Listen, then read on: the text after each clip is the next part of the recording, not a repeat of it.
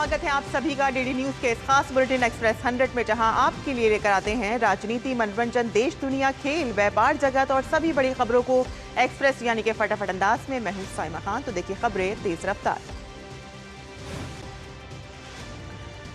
5 देशों की सफल यात्रा के बाद प्रधानमंत्री नरेंद्र मोदी आज स्वदेश लौट आए हैं। पीएम की यात्रा का अंतिम पड़ाव इटली रहा, जहां भारत इटली के साथ अपने रिश्तों को नई गति प्रदान की। पीएम मोदी की इस ऐतिहासिक यात्रा से यूएई समेत स्वीडन, नॉर्वे, नीदरलैंड और इटली के साथ भारत की नजदीकियां बढ़ गई हैं। ऊर्जा सुरक्षा, सेमीकंडक्टर, रक्षा सहयोग, ग्रीन एनर्जी और व्यापार के क्षेत्र में द्विपक्षीय सहयोग बढ़ने पर सहमति जताई गई। यूएई से इटली तक कई समझौतों के जरिए जहां विकास को नई गति मिलेगी, तो वहीं ऊर्जा सुरक्षा, सेमीकंडक्टर, रक्षा सहयोग, हरित ऊर्जा और व्यापार के क्षेत्र में बड़े सहयोग से नया बल मिलेगा। प्रधानमंत्री नरेंद्र मोदी को रोम में खाद्य और कृषि संगठन FAO की ओर से वर्ष 2026 का एग्रीकोला मेडल प्रदान किया गया और ये FAO का सर्वोच्च सम्मान है। FAO के महानिदेशक ने ऐतिहासिक FAO प्लेनरी हॉल में प्रधानमंत्री मोदी को ये पदक प्रदान किया। प्रधानमंत्री को बधाई देते हुए क्यू डोंग क्यू ने कहा है कि यह सम्मान कृषि उत्पादकता बढ़ाने, खाद्य सुरक्षा मजबूत करने और किसानों के जीवन को बेहतर बनाने के लिए प्रधानमंत्री मोदी की प्रतिबद्धता को दर्शाता है। प्रधानमंत्री नरेंद्र मोदी ने यह पुरस्कार भारत के किसानों को समर्पित किया है और कहा है कि भारत के लिए फूड सिक्योरिटी पॉलिसी मैटर नहीं है और यह मानवता के प्रति जिम्मेदारी है। उन्होंने भारत में कृषि सिर्फ फसल उगाने का माध्यम नहीं है, बल्कि ये मदर अर्थ से गहरे संबंध को दर्शाता है। प्रधानमंत्री नरेंद्र मोदी ने इटली की यात्रा को सार्थक बताते हुए पूरे दौरे का एक वीडियो एक्स पर साझा किया। प्रधानमंत्री ने इटली की पीएम मेलोनी और इटली सरकार और इटली के लोगों को उनकी मित्रता के लिए धन्यवाद दिया है। तमिलनाडु में मुख्यमंत्री सी जोसेफ विजय की सरकार ने आज अपना पहला मंत्रिमंडल विस्तार किया है। सरकार बनने के करीब 2 सप्ताह के बाद हुए इस विस्तार में 23 नए सदस्यों को शामिल किया गया है। चेन्नई के लोक भवन में राज्यपाल राजेंद्र विश्वनाथ आर्लेकर ने नवनियुक्त मंत्रियों को पद और गोपनीयता की शपथ दिलाई। लगभग 5 दशक के बाद कांग्रेस की तमिलनाडु सरकार में वापसी हुई है। मुख्यमंत्री सी जोसेफ विजय सरकार में कांग्रेस के 2 विधायकों को शामिल किया गया है। कांग्रेस विधायक एस राजेश कुमार और पी विश्वनाथन बृहस्पतिवार ने मंत्री पद की शपथ ली। तमिलनाडु के मंत्रिमंडल में 21 विधायक टीवीके के और 2 विधायक कांग्रेस के हैं और इससे पहले मुख्यमंत्री विजय ने 9 अन्य विधायकों के साथ 10 मई को चेन्नई के जवाहरलाल नेहरू स्टेडियम में शपथ ली थी। कांग्रेस ने इस मंत्रिमंडल विस्तार का स्वागत करते हुए इसे एक प्रगतिशील सरकार का गठन बताया है। शुभेंदु सरकार ने पश्चिम बंगाल में नागरिकता संशोधन कानून यानी कि CAA लागू कर दिया है। मुख्यमंत्री शुभेंदु अधिकारी ने सीमा सुरक्षा बल और अन्य अधिकारियों के साथ बैठक की और इसकी घोषणा की। मुख्यमंत्री शुभेंदु अधिकारी ने कहा है कि सदन द्वारा कानून बनाने के बाद पिछली ममता बनर्जी सरकार ने वोट बैंक की राजनीति के कारण इसे राज्य में लागू नहीं किया था। मुख्यमंत्री ने स्पष्ट किया है कि 31 दिसंबर 2024 तक बांग्लादेश समेत अधिसूचित देशों से जो योग्य लोग CAA के तहत भारत और पश्चिम बंगाल में आए हैं, उन्हें कोई परेशानी नहीं होगी। पश्चिम बंगाल में अब सरकारी और सरकार से मान्यता प्राप्त और सरकारी सहायता प्राप्त सभी मदरसों में छात्रों को वंदे मातरम गाना होगा। पश्चिम बंगाल में भाजपा सरकार ने राज्य की शिक्षा व्यवस्था को लेकर महत्वपूर्ण फैसला लिया है। मदरसा शिक्षा निदेशालय ने एक आधिकारिक आदेश जारी कर बताया है कि कक्षाएं शुरू होने से पहले होने वाली प्रार्थना सभा में वंदे मातरम गाना अनिवार्य कर दिया गया है और इससे पहले सरकार ने राज्य के सभी स्कूलों की प्रार्थना सभाओं में भी वंदे मातरम को अनिवार्य किया था। पश्चिम बंगाल की फाल्टा विधानसभा सीट पर आज दोबारा वोटिंग हो रही है। मतदान सुबह 7 बजे से शुरू हुआ और 11 बजे तक फीसदी मतदान हो चुका है और इस सीट पर हो रहे पुनः मतदान में 2 निर्दलीय उम्मीदवारों सहित कुल 6 उम्मीदवार मैदान में हैं। मध्य प्रदेश के धार में भोजशाला में देवी सरस्वती की विधि विधान के साथ पूजा अर्चना की गई। दरअसल मध्य प्रदेश हाईकोर्ट ने धार भोजशाला मामले में 15 मई 2026 को ऐतिहासिक फैसला सुनाते हुए पूरे परिसर को मां वाग देवी यानी कि सरस्वती देवी का मंदिर घोषित किया है। रक्षा मंत्री राजनाथ सिंह दक्षिण कोरिया के 3 दिवसीय आधिकारिक दौरे पर हैं। उनकी यात्रा का आज अंतिम दिन है और इस दौरान उन्होंने पाजू स्थित कोरियाई युद्ध स्मारक पर स्मारक राइनेज का अनावरण किया और वीर सैनिकों को पुष्पांजलि अर्पित की।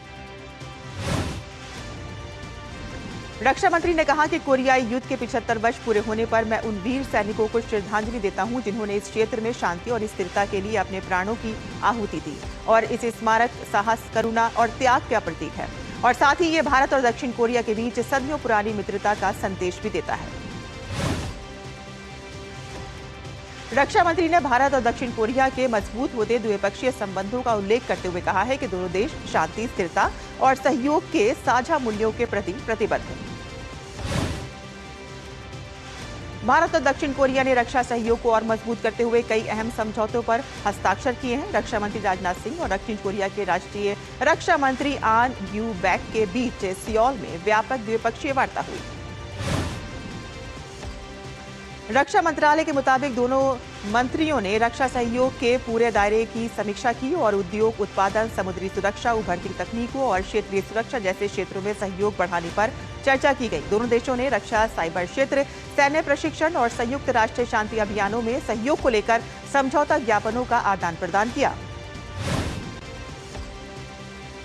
साइप्रस के राष्ट्रपति निकोलस क्रिस्टोडोलाइडिस उच्च स्तरीय प्रतिनिधिमंडल के साथ 4 दिन की आधिकारिक भारत यात्रा पर है। आज Cyprus India business forum Mumbai में आयोजित किया गया और इसमें साइप्रस के राष्ट्रपति निकोलस क्रिस्टोडोलाइडिस और महाराष्ट्र के मुख्यमंत्री देवेंद्र फडणवीस मौजूद थे। इस फोरम का उद्देश्य दोनों देशों के बीच आर्थिक, व्यापार और निवेश संबंधों को मजबूत करना और नए अवसर तलाश करना था। फोरम के दौरान इंडिया और साइप्रस के उद्योग चैम्बर्स के बीच समझौते हस्ताक्षरित हुए और ये समझौते अंतरिक्ष, रक्षा, व्यापार और व्यवसाय सहयोग जैसे क्षेत्रों को कवर करते हैं। भारत ने यूएनएससी में पाकिस्तान पर आतंकवाद और अफगानिस्तान में आम लोगों की हत्या को लेकर कड़ा हमला बोला है और साथ ही पाकिस्तान के आरोपों को झूठा और बेबुनियाद बताया। संयुक्त राष्ट्र में भारत के स्थायी प्रतिनिधि हरीश पर्वतनैनी ने कहा है कि पाकिस्तान का नागरिकों के खिलाफ नरसंहार और निर्दोष लोगों की हत्या से जुड़ा लंबा इतिहास रहा है।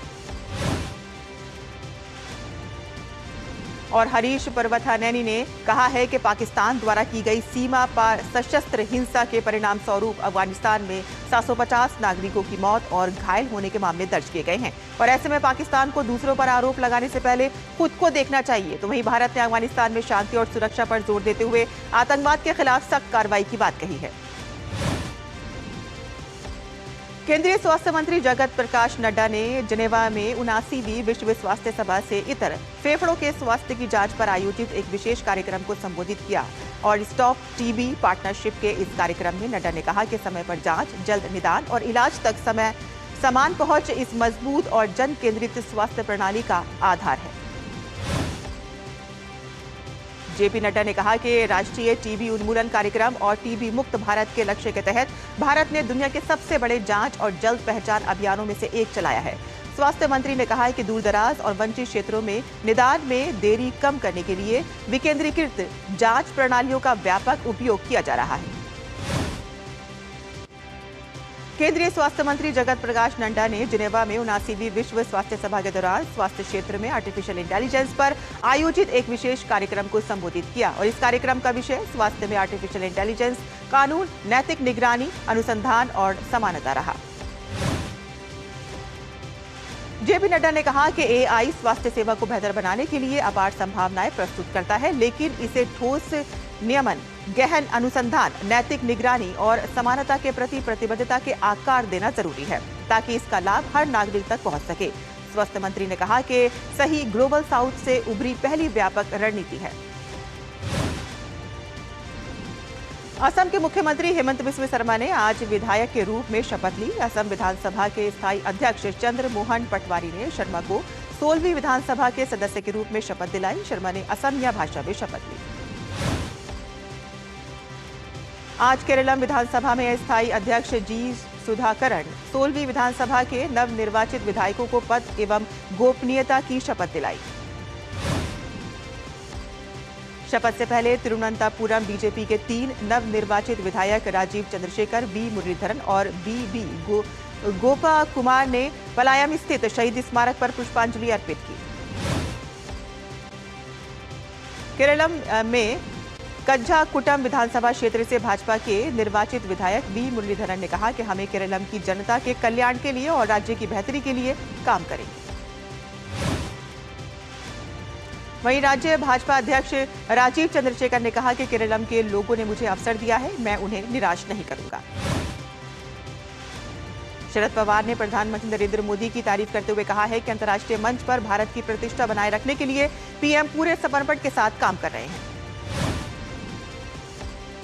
केंद्रीय वाणिज्य और उद्योग मंत्री पीयूष गोयल 68वीं एशियाई उत्पादकता संगठन शासी निकाय की बैठक को संबोधित करेंगे। केंद्रीय मंत्री डॉक्टर मनसुख मंडाविया का इंदौर में ब्रिक्स युवा उद्यमिता कार्य समूह की बैठक को वर्चुअली संबोधित करेंगे। उत्तर प्रदेश के सुल्तानपुर में विशेष एमपी एमएलए कोर्ट कांग्रेस नेता राहुल गांधी के खिलाफ दायर आपराधिक मानहानि के मामले की सुनवाई आज करेगा। पीएम मोदी को लेकर नेता प्रतिपक्ष राहुल गांधी के बयान की चौतरफा निंदा हो रही है। बिहार भाजपा अध्यक्ष संजय सरावगी ने कहा है कि राहुल गांधी जिस स्तर पर जाकर बयान दे रहे हैं उससे लगता है कि उन्हें ज्ञान का अभाव है और अब राहुल गांधी को कोई गंभीरता से नहीं लेता है। पश्चिम बंगाल सरकार द्वारा बीएसएफ को बाड़ लगाने के लिए जमीन सौंपे जाने पर केंद्रीय मंत्री शांतु ठाकुर ने कहा है कि हम घुसपैठियों को यहां घुसने नहीं देंगे। घुसपैठ का मुख्य कारण सीमा पर बाड़ का ना होना है। यूपी सरकार ने पंचायत चुनाव के लिए राज्य स्थानीय ग्रामीण निकाय समर्पित पिछड़ा वर्ग आयोग ओबीसी आयोग का गठन कर दिया है। आयोग का कार्यकाल 6 महीने का होगा और इलाहाबाद हाई कोर्ट के रिटायर्ड जज राम अवतार सिंह को आयोग का अध्यक्ष बनाया गया है। कांग्रेस के राष्ट्रीय अध्यक्ष मल्लिकार्जुन खड़गे, सांसद सोनिया गांधी, नेता प्रतिपक्ष राहुल गांधी और प्रियंका गांधी वाड्रा ने पूर्व प्रधानमंत्री राजीव गांधी को उनकी 35वीं पुण्यतिथि पर श्रद्धांजलि दी। दिल्ली में राजस्थान के पूर्व मुख्यमंत्री अशोक गहलोत और कांग्रेस नेता भूपेंद्र सिंह हुड्डा ने भी पूर्व प्रधानमंत्री राजीव गांधी को उनकी 35वीं पुण्यतिथि पर श्रद्धांजलि दी। देश भर में गर्मी का कहर जारी है और कई राज्यों में विभिन्न इलाकों में भीषण गर्मी और लू का अलर्ट जारी कर दिया गया है। देश के कई जिलों में पारा 45 डिग्री को पार कर गया है। भीषण गर्मी के बावजूद अयोध्या धाम में भक्तों का उत्साह कम नहीं हो रहा है। बड़ी संख्या में लोग अयोध्या के सरयू घाट पर डुबकी लगा रहे हैं। मजबूत वैश्विक संकेतों से भारतीय शेयर बाजार की शुरुआत तेजी के साथ हुई। सेंसेक्स 414 अंक की तेजी के साथ 75,732 और निफ्टी 171 अंक की मजबूती के साथ 23,830 पर खुला।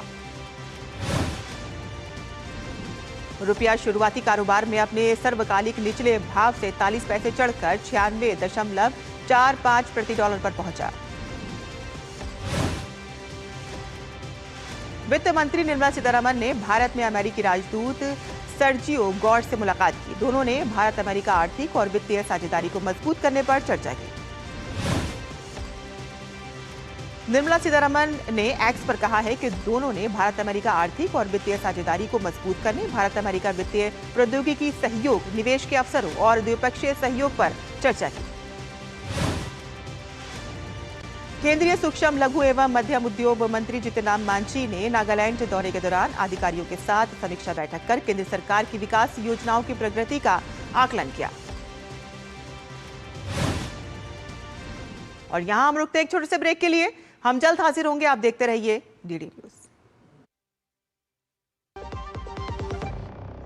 जब धरती चीर कर निकलता है लोहे का पत्थर और मिलता है मोंगिया के जोश से, फिर तपता है, पिघलता है और बनता है फौलाद। अब होता है सरिया सारी खूबियों के साथ। मोंगिया स्टील, मजबूत देश का मजबूत सरिया। और ब्रेक के बाद आपका फिर से स्वागत है। आप देख रहे हैं एक्सप्रेस 100।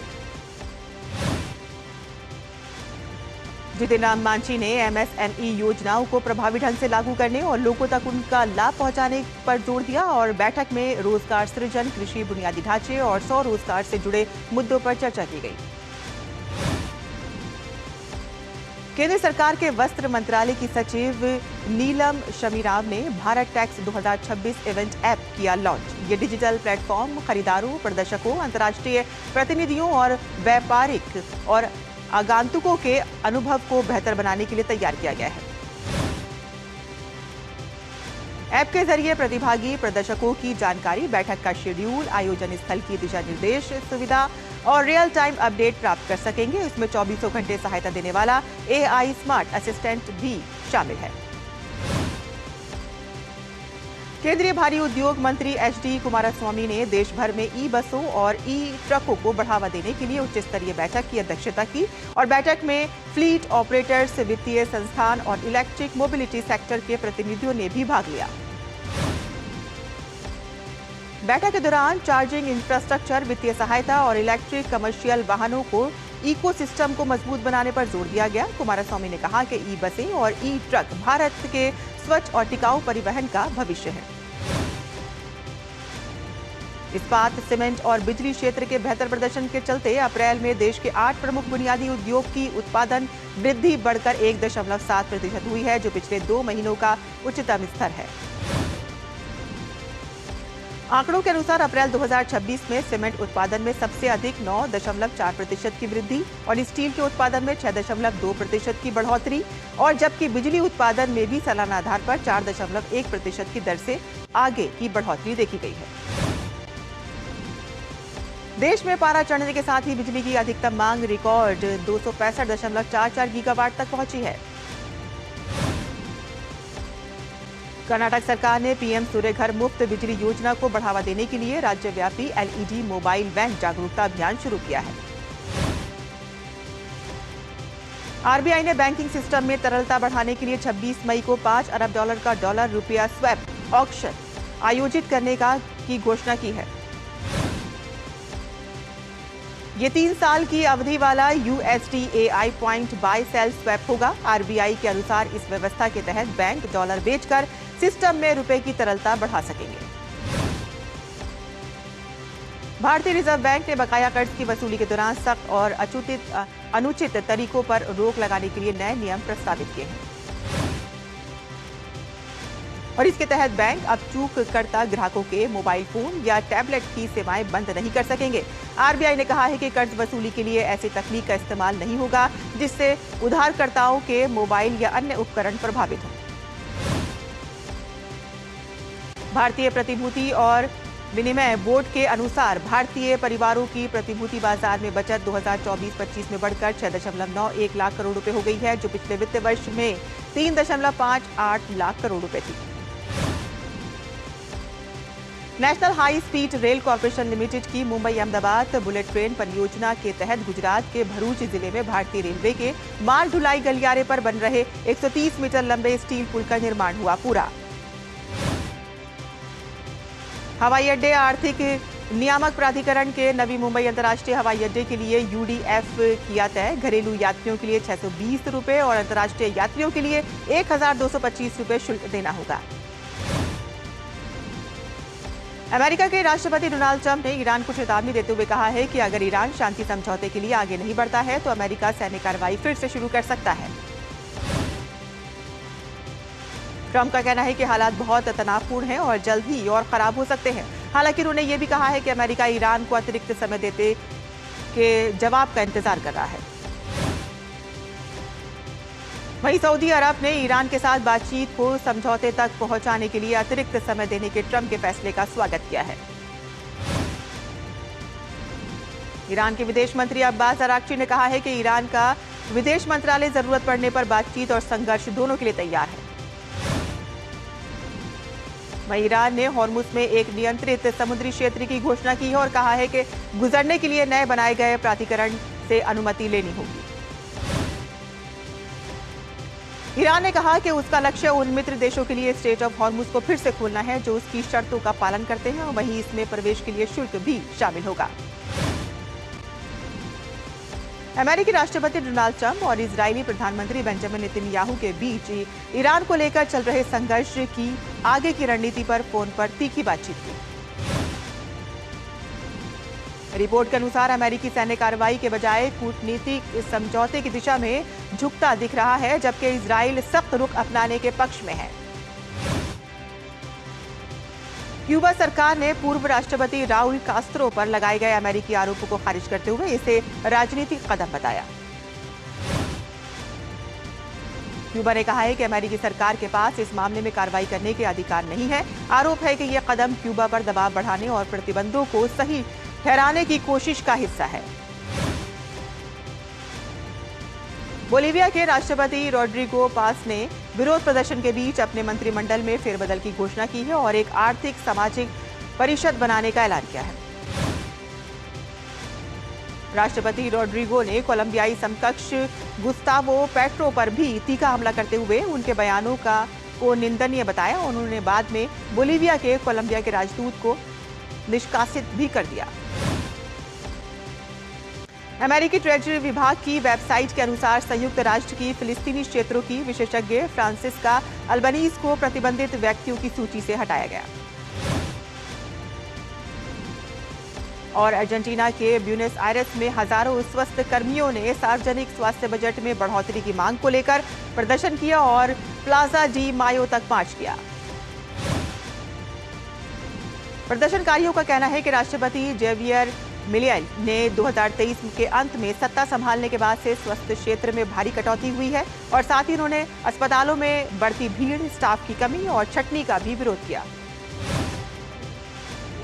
वेनेजुएला ने विश्व स्वास्थ्य संगठन की 79वीं विश्व स्वास्थ्य सभा में आरोप लगाया है कि अमेरिका के एक तरफा प्रतिबंधों से उनके स्वास्थ्य तंत्र पर गंभीर असर पड़ रहा है। वेनेजुएला के स्वास्थ्य उप मंत्री मॉरिसो बैगो ने अमानवीय प्रतिबंधों को समाप्त करने की मांग दोहराते हुए कहा है कि इन परिस्थितियों में कुछ बीमारियों के फिर से फैलने का खतरा बढ़ गया है। अफ्रीका के कांगो में इबोला वायरस का प्रकोप जारी है। ताजा आंकड़ों के अनुसार इस वायरस से मरने वालों की संख्या 139 हो गई है।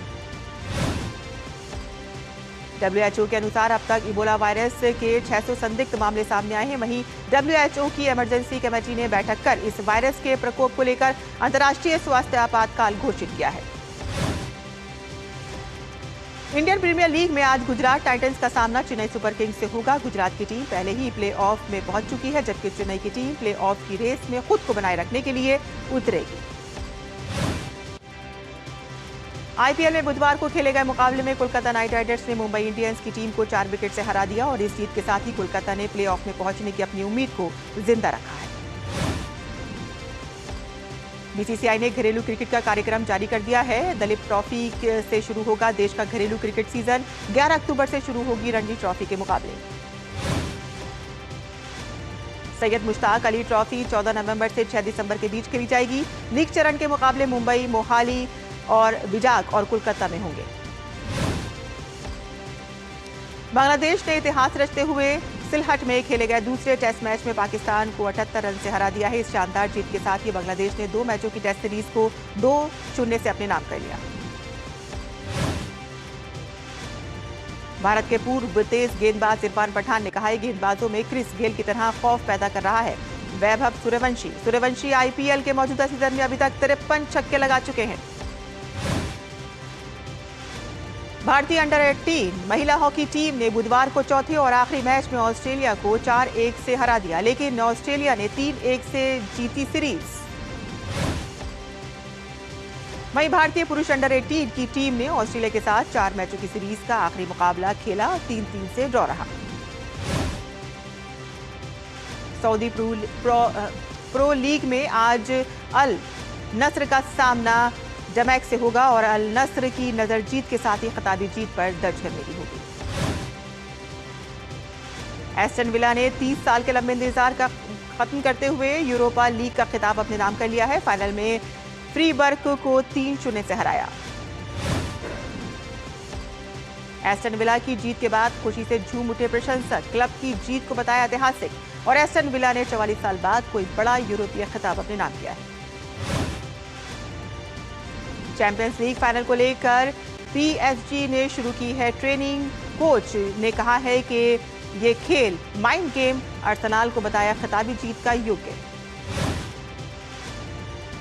साल के दूसरे ग्रैंड स्लैम फ्रेंच ओपन की तैयारियों में जुटे दिग्गज जोकोविच, सबलेंका और ईगा स्विएंटेक ने कोर्ट पर जमकर बहाया पसीना। हैम्बर्ग ओपन टेनिस प्रतियोगिता से बाहर हुए फेलिक्स ऑगर एलियस और अमेरिका के अलेक्जेंडर कोवासेविच ने 4-6, 7-5, 6-4 से पराजित किया। अर्जेंटीना के कैमिलो ह्यूगो ने भी हैम्बर्ग ओपन के क्वार्टर फाइनल में बनाई जगह और कोवाचिच ने कहा है होगा अंतिम 8 का मुकाबला। और एक्सप्रेस न्यूज में फिलहाल इतना ही। हमें दीजिए इजाजत। नमस्कार।